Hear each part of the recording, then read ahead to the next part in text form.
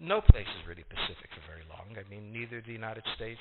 We have constant wars. Okay, Europe will, I suspect, not return to the 31 years, but it will return to humanity. They will have their wars. They will have their peace. They will live their lives. It will not be 100 million dead, but the idea of the European exceptionalism, I think, is the one suffering the first death. There will be conflict. There was conflict in Yugoslavia, and there's certainly conflict now in Ukraine. As to the relationship to the United States, we no longer have a relationship with Europe. We have a relationship with Romania. We have a relationship with France. There is no Europe to have a relationship with. Yes, the gentleman in the fourth row over here. Excuse me. By the way, I'm a subscriber. Is Islamic extremism really the major threat to the United States, and will it die on its own, or will it keep growing? It is a problem to the United States. It is not an existential threat. It has to be dealt with, but it has to be dealt with proportionately. We have other foreign policy interests. So, the primordial interest of the United States, over which for a century we have fought wars, the First, Second Cold War, has been the relationship between Germany and Russia, because united they are the only force that could threaten us, and to make sure that that doesn't happen. What you do, if you're a Ukrainian, is essentially reach out to the only country that will help you, which is the United States. Last week, 10 days ago, General Hodges, Commander U.S. Army Europe, visited Ukraine. He announced that U.S. trainers would now officially be coming, not just unofficially coming. He actually pinned medals on Ukrainian fighters, which by protocol of the military is not the way. Foreigners don't get to pin on, medals, but he did, showing that this was his army. He then left, and in the Baltics announced that the United States would be pre-positioning armor, artillery, and other equipment in the Baltics, Poland, Romania, and Bulgaria, which is a very interesting point. So the United States, and now yesterday the United States announced that it would be sending weapons. Tonight, of course, they denied it, but they are. The weapons will go. In all of this, the United States has acted outside the context of NATO. Because NATO has to have a 100% vote. Any one country can veto anything. And the Turks will veto it just for giggles. The point is that the United States is prepared to create a cordon sanitaire around Russia. Russia knows it. Russia believes that the United States intends to break the Russian Federation. I think that, as Peter Lorre put it, we don't want to kill you, we just want to hurt you a little bit. Either way, we are back in the old game.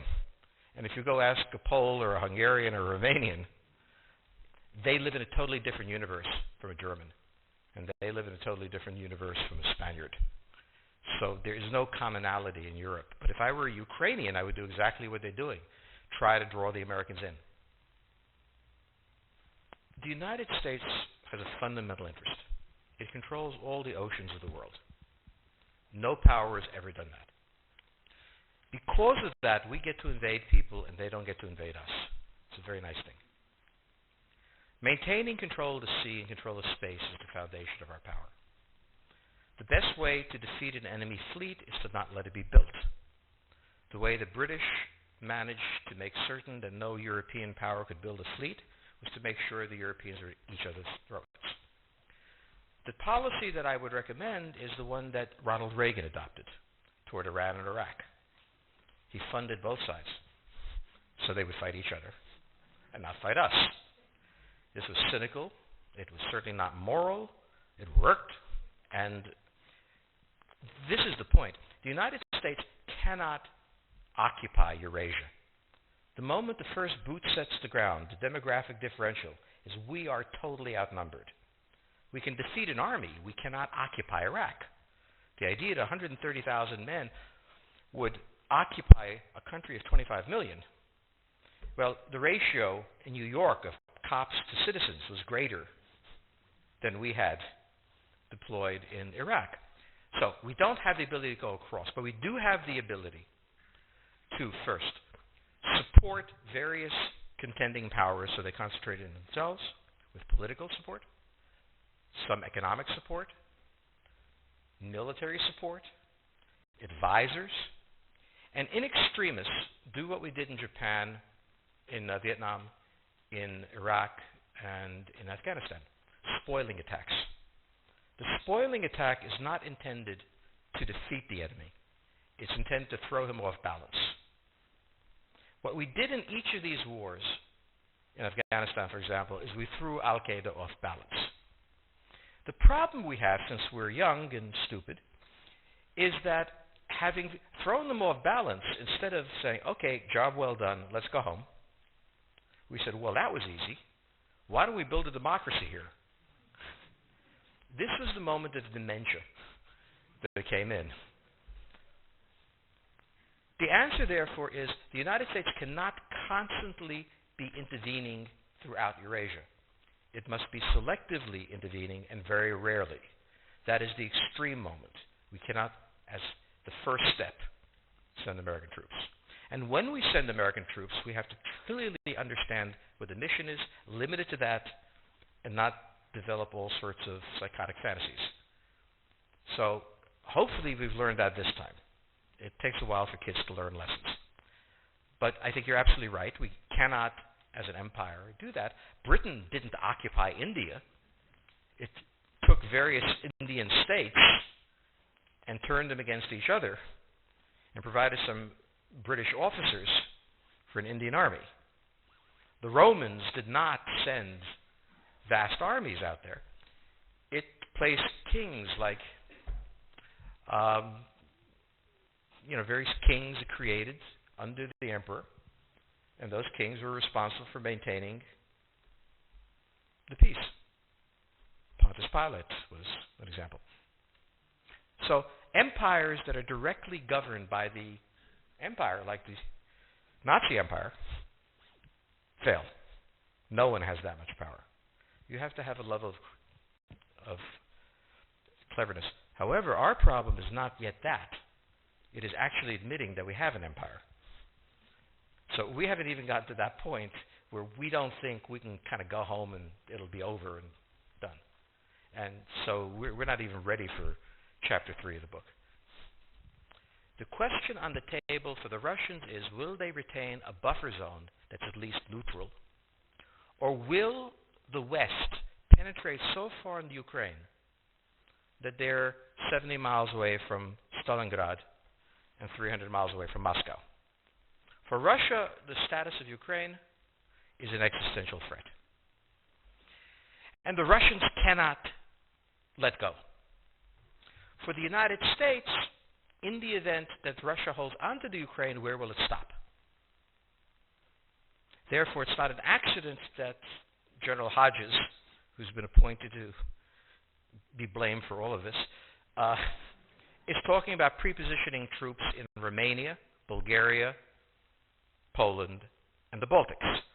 This is the intermarium, from the Black Sea to the Baltic, that Pilsudski dreamt of. This is the solution for the United States.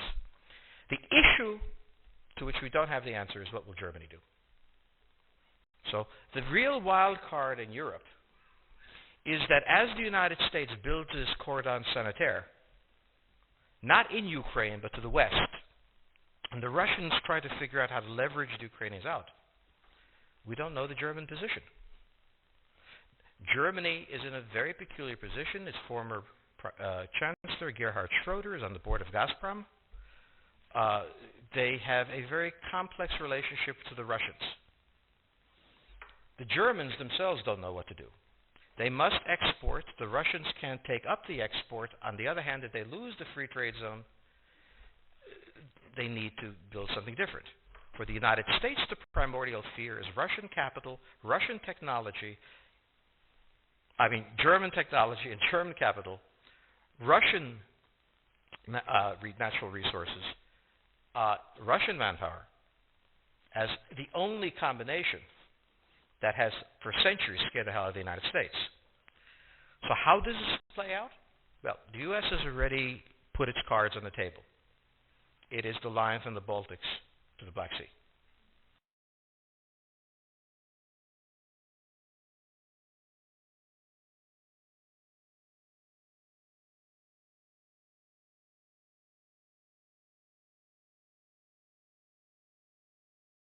For the Russians, their cards have always been on the table. They must have at least a neutral Ukraine, not a pro-Western Ukraine. Belarus is another question. Now, whoever can tell me what the Germans are going to do is going to tell me about the next 20 years of history. But unfortunately, the Germans haven't made up their mind. And this is the problem of Germany always. Enormously economically powerful, geopolitically very fragile, and never quite knowing how to reconcile the two. Ever since 1871, this has been the German question, the question of Europe. Think about the German question, because now it's coming up again. That's the next question that we have to address. And we don't know how to address it. We don't know what they're going to do.